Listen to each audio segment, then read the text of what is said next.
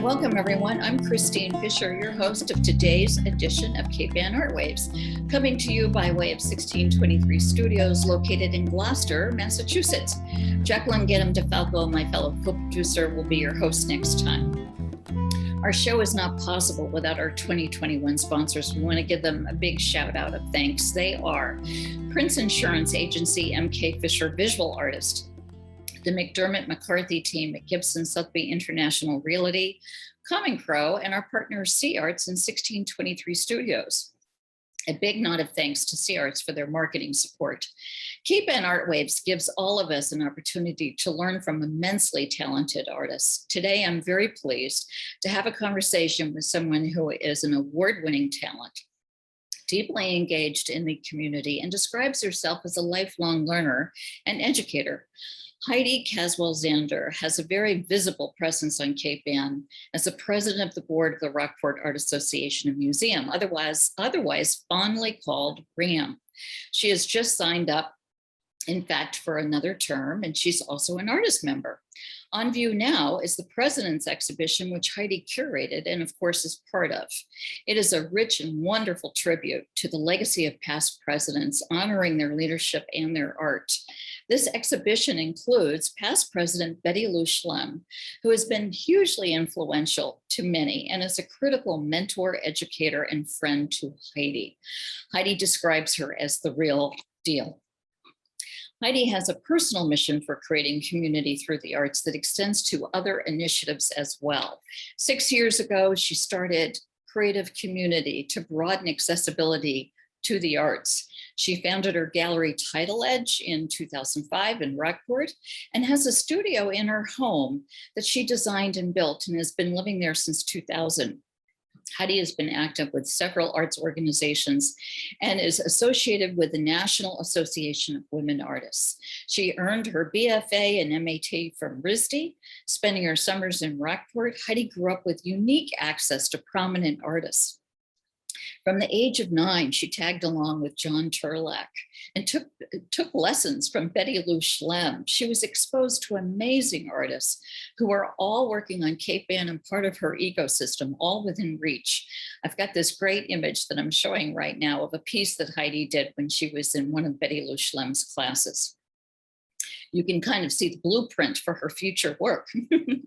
All of this bared out to be hugely influential for the young Heidi, who went on to become an artist and whose journey includes an educational stint in Rome at RISD, several years living in New York, curating exhibitions, teaching, and building her art practice, and living in Berlin for 10 years, being immersed in the museums where she also met her husband. Heidi is also a first grader, lay minister, Christian Scientist. And that's just the short version. Welcome, Heidi. Thank you, Christine. Thank you so much. It's nice to be here and be able to share my passion for art making and art community here on Cape Ann. Wonderful to have you.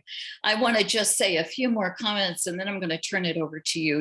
You grew up both in West Peabody and in Florida. And as you said to me the other day, you never missed a summer in Rockport. Your folks owned the country store in Bearskin Neck that I remember very fondly. And you had this tremendous access to other artists as a kid. So pick it up from there. So yes, Christine, my folks in 1967 bought the country store. So that was a time when Rockport was still brimming full of artists, little shacks that had been turned into impromptu galleries. Mm. And I have fond memories of them sitting out front with their lawn chairs or beach chairs. And as a young single-digit artist, so to speak, I was given instruction on impromptu of how to draw correct angle and things like that. And so it really was a wonderful place of community where everybody was just sharing. And so that's something that's really stuck with me through my life, between that and John Turlock taking me out as a young little girl, and then Betty Lou through my teens, that people that had much more skill and experience were helping me develop my own creative voice. Yes, I should say you were extraordinarily fortunate, Heidi. And they all shaped your life really in such a magnificent way. We have an image here that I'd love to talk about. It's titled Self-Portrait. Talk to us about kind of where you are in this moment in time. So so Rockport was where we were weekends, summer, spring, and fall, and here all summer. And then I was at RISD starting when I was 17. 18. And so RISD really broadened my creative techniques or what I was willing to experiment with. And so I was part of a Polaroid workshop and was wanting to express sort of through words, which I was doing a lot of written words and with my visuals. And so the left-hand side says somewhat a poem or and it says passages, small square cubicles of space floating behind us mostly, and the rhythmical breath of unrest fills the heart and exhales the story. And so what I was trying to convey there was I was feeling like as a painter, there were these cubicles, squares that were capturing the moment, and that what we create is always representing in a way the past, because once we create it, it's already in the past. And that is trying to tell a story and sharing it and sort of just imagining that all being created. I think it's a beautiful piece. I'm so glad that you included it. I'd like to talk about another image, Manship Property. I really see your style in this piece. Talk to us about this. So this style evolved, especially when I was for a year part of the European Honors Program in Rome, Italy with RISD. And I wanted to capture what I was seeing, the light, the shapes. And I brought that home when I came with me of doing works that were somewhere between 5 by 5 feet, 5 by 7 feet, water-based ink, and trying to capture the essential parts of what the subject was. And because I was part of the artist community, parents of my best friend were also, they had a wedding that was, the party was at the Manship Property. This was something I went home in my mind with and then created this large, basically about 5 by 5 or 5 by 6 foot piece. And it also has overlay of pastels. And so over my life, what I've found is that no matter what medium, pigment is pigment. So whether it was watercolor, ink, or pastel, I could still kind of be working with color. It should be on the Manship Property somewhere. It's a fabulous piece. So let's transition into a segue into another piece that is very poignant, Black and White Meadow. So as I continued on doing pieces like this that were flowing out of me, I decided that they felt so easy and natural. And I just wanted to make sure that I wasn't being self-indulgent and that I was really able to create something solid and that I wasn't relying on color too much, even though that seems to be real core to in one of the real core elements of my creativity. So I decided for several years to only allow myself to use black and white mediums, which turned out to be mostly black pastel, because that was the darkest black, and different types of charcoal, all vine charcoal, compressed charcoal, and working on watercolor paper and printmaking paper.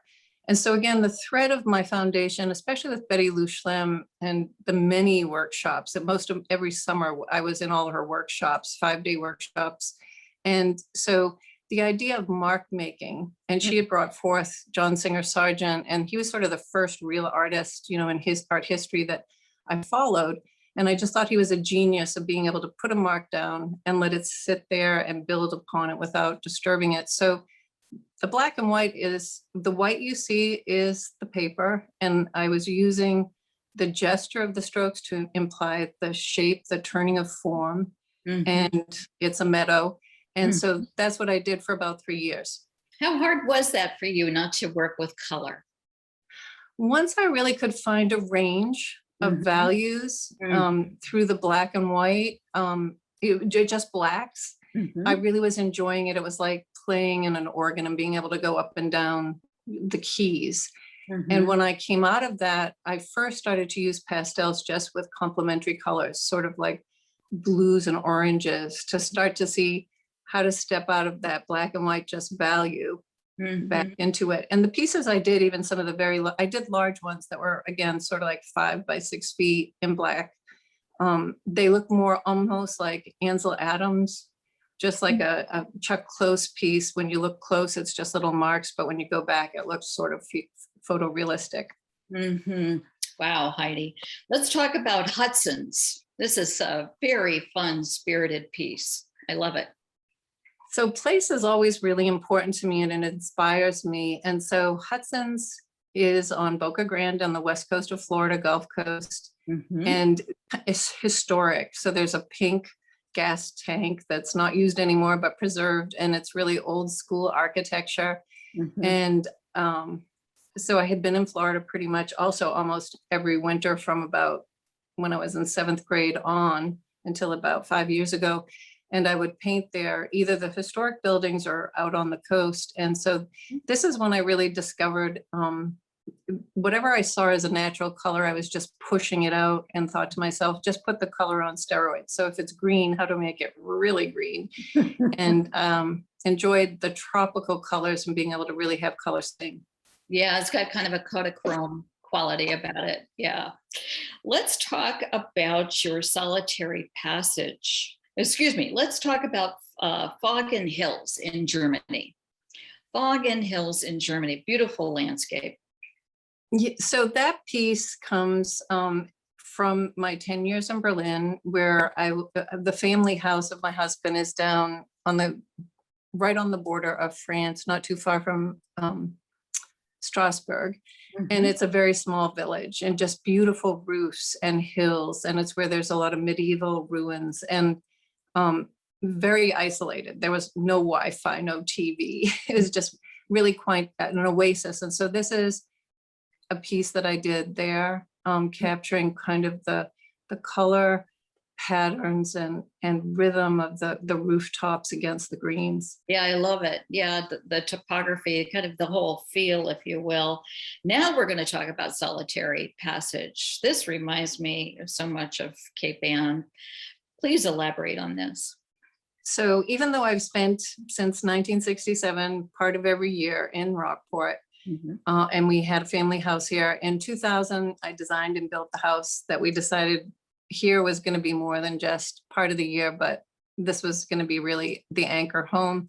And so when I returned, I really was looking a lot at the historical paintings that were done here and inspired so much by them. And again, this is this link of heritage I feel with artists that came before me, locally and then internationally. And I was looking at Fitzhugh paintings a lot to feel the skies, and then just the fishing industry, which has been dissolving in a lot of ways. And so this and the solitary feeling of somebody being out there at sea and being encompassed, surrounded by nature. Yes, I definitely feel that. I feel the vastness. I really enjoyed the reflections on the water too. Beautifully done. So Heidi, as we kind of wrap up this section regarding your journey, let's talk about two paintings that are really dear, Dorset Cliff, and also a shot of you painting on location. Anything you want to say about those two? So what happened was I had applied and I was given the Journey Travel Scholarship or Award grant. Actually, it was a grant to go travel for an artist from Newburyport.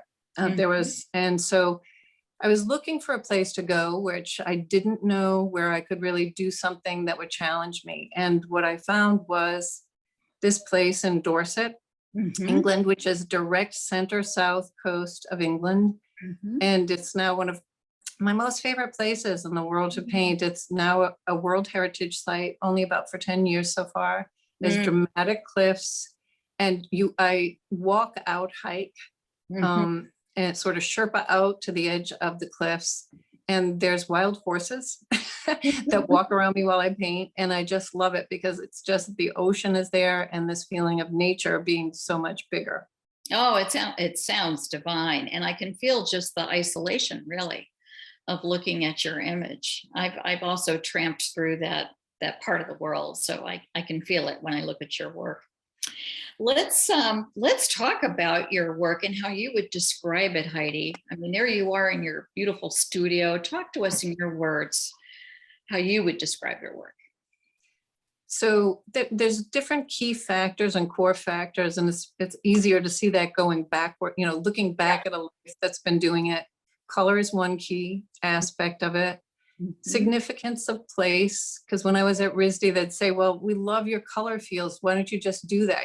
Cut off the bottom third of the piece. That's an abstract, wonderful color. And I said, no, I really want people to have the portal into the work. And it's important for me too.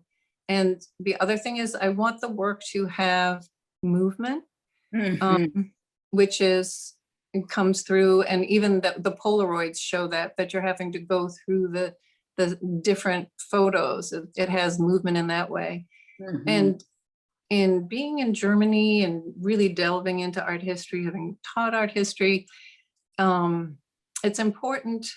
I think that some of the threads that were disrupted during the First and Second World War, where artists immigrated or died or were persecuted, that some of those threads haven't been fully investigated, and getting movement or using color seem to be the things for me that I'm trying to explore that may be able to take it further in an original way. Well, I think your work is very original, and for me, it just conveys so much rhythm. I think it's fabulous. In fact, we have a piece that I want to talk about, Tulips. It's your self-portrait. It's wonderful. So this is a piece I did this winter when we were doing 10 sessions of creative community through Zoom. And I was really inspired to do a lot of still life work. And what's really fun is I feel it's almost like jazz or impromptu. So I can really riff on the color, and one of the things I was really pushing, which is another theme, is using shadows. And that's been there through my whole career. Is shadows really anchor. And I think that also relates to spirituality. It's not there, but it's there. And it gives an indication of something. And so actually one piece, I'm just going to tilt this a little. We had moved it a little.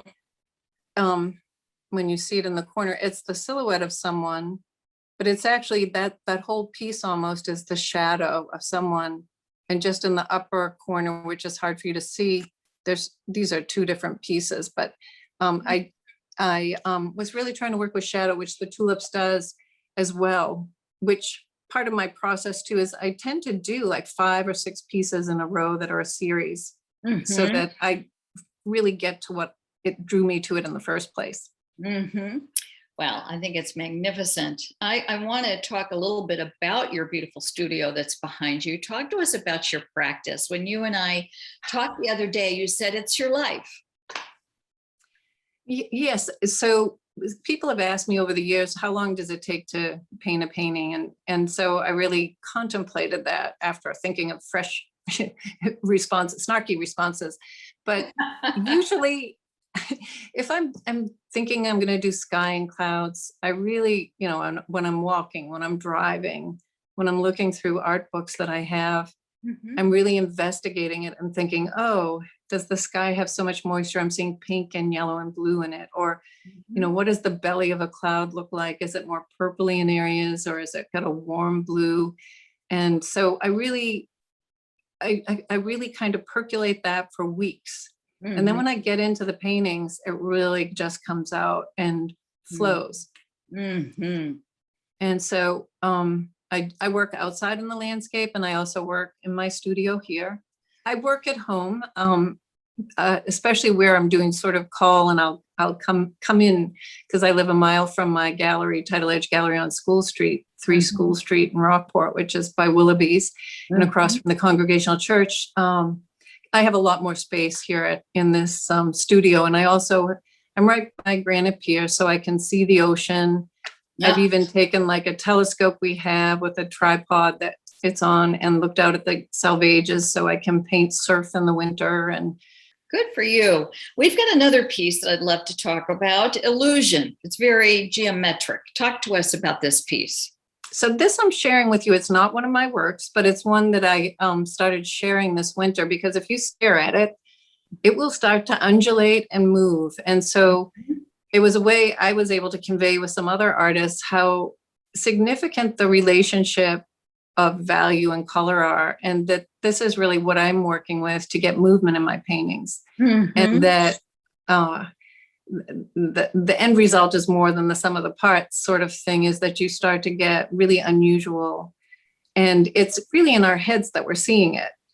So it's the way our eyes. I've done a lot of research on the cones in our eyes and things like that that are kind of academic. But so how are we taking it in? And also the impressionists, that they did kind of blurry edges. We're actually able to comprehend a whole scene better if it's all blurry than if it's all sharp. And so that just gives a sense of, we see differently than we might think we see. Yeah, I like looking at this image and actually squinting my eyes. That's how I'm, taking it in. I think what you've just shared is a teachable moment. Thanks. I like doing that. Yeah, you're a natural at it. Let's talk about what's next for you. You've got irons in the fire here. You're going through a wonderful refresh with your gallery. So I opened the gallery in 2005. So it seemed time to get new awnings up, which happened in the last few months. And I'm in the process of evolving a new sign, which is already cut out. It's a palette. Is going to be put up. And so taken and in the midst of doing the website right now and trying to have that also be really in itself kind of an artwork. And so I would say sort of mid-fall should expect to have that hopefully up and going for everyone.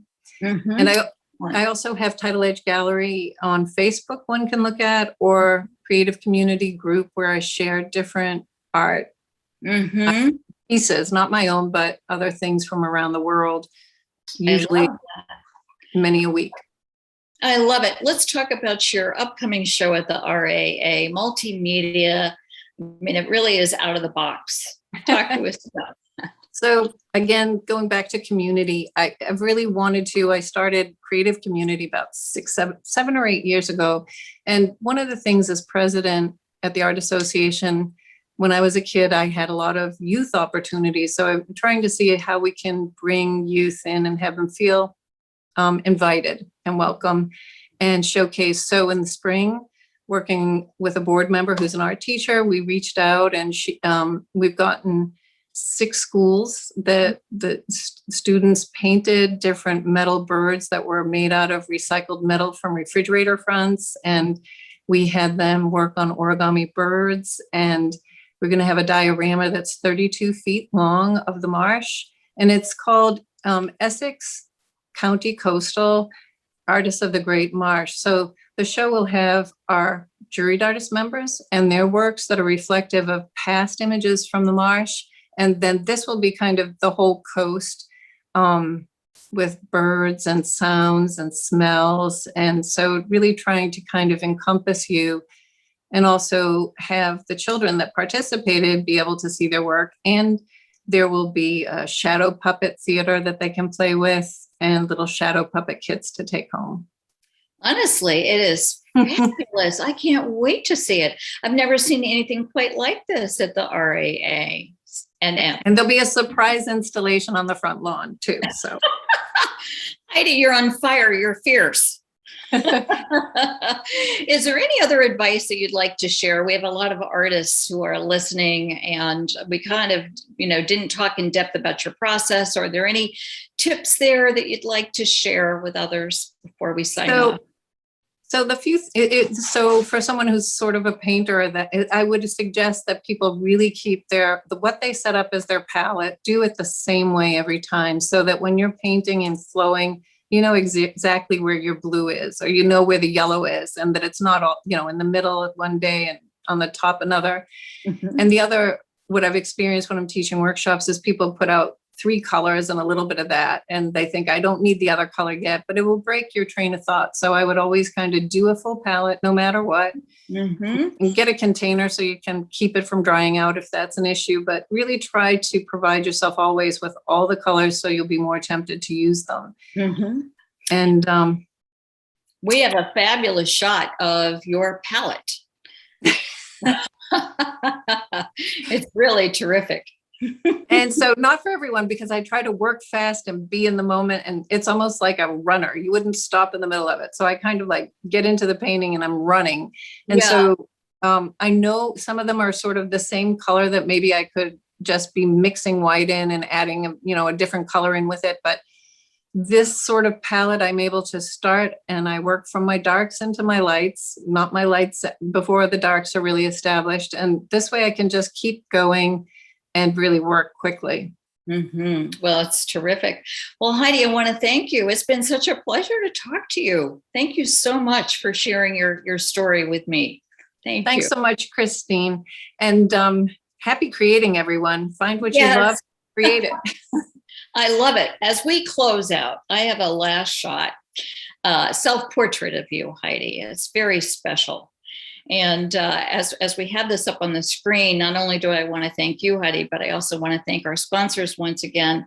I also want to acknowledge Pat Verga and Steve Lacey for their contribution of the music, and Anders Johnson, who does such a terrific job as our videographer. For our viewers who are watching, you can catch this on 1623 Studios social media platform, to include also their cable stations.